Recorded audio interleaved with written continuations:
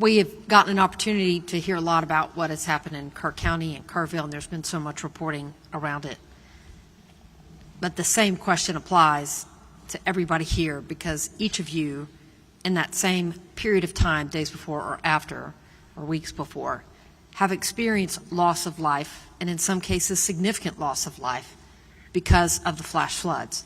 So I'm asking the same question, hindsight being 2020, and some of you have more gauges, monitors, but for each of you, if you don't mind, and I know we heard your story of the one individual that was concerned with the residential camp, and that may be the answer there.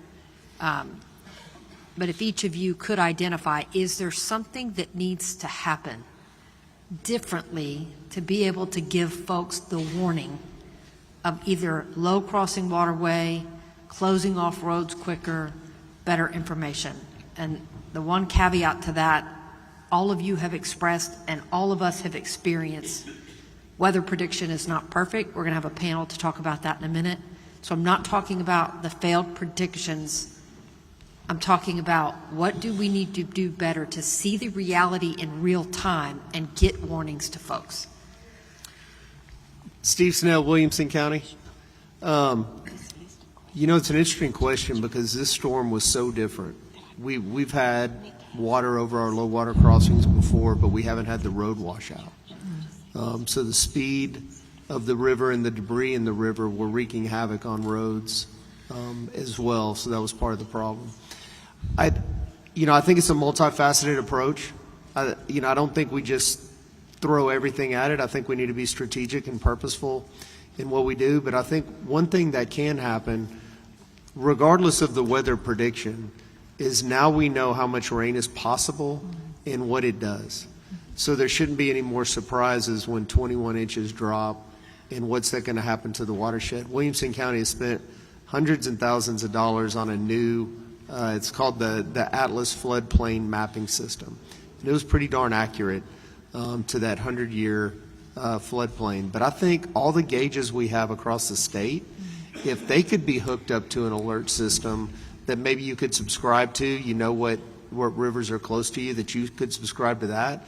And definitely our first responders know, hey, we got this much rain, the rain gauge has hit a certain amount, we need to start sounding the alarm and letting people know this isn't. Because when we went door to door, I mean, we weren't asking, and everybody knew because of what we saw in Kerrville what was possible, so they got out quickly. We had zero resistance. Yeah. And I've been in Houston where there's hurricanes and, went through Katrina, went through Ike, went through some tropical storms, and it gets to the point where no one wants to leave because they haven't seen it.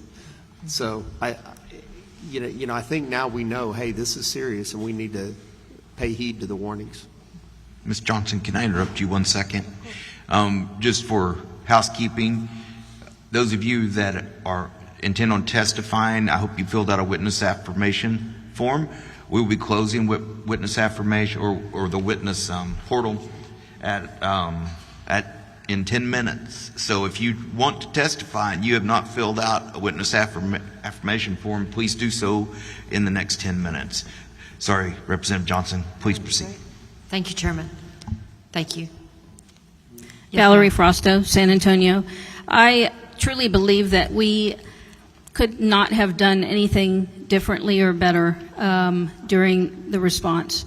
And it's not the response. Yes. Just to be very clear. Oh, no. I think for all of us, for the first responders, for the folks that have been out, that have been responding, the loss of life and the concern that we have, we appreciate very much law enforcement volunteers, everybody stepped up. My question is really geared more towards now that we have the ability to look back and we have the select committee to be able to say, because you all are describing, we've heard from countless counties and everybody has almost said the same thing.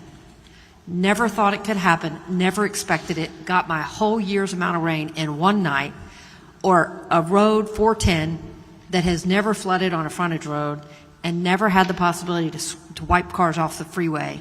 We're now experiencing this extremism.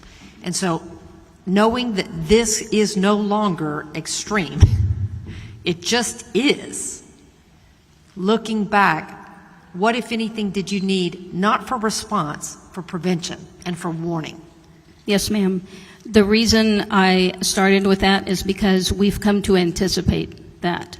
Anytime that there's rain, any significant, I mean, when I'm talking significant, I'm talking even 1 to 2 inches could cause flash flooding in the San Antonio area. That's why I started off with the response.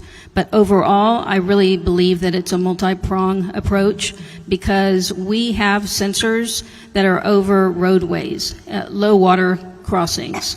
And those sensors, when they detect that water has crossed over the road, enable us to know which roads to close off.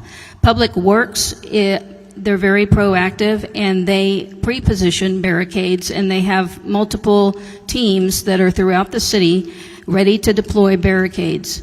Once those sensors communicate to a central location, which is monitored 24/7, in order to get the barricades in place.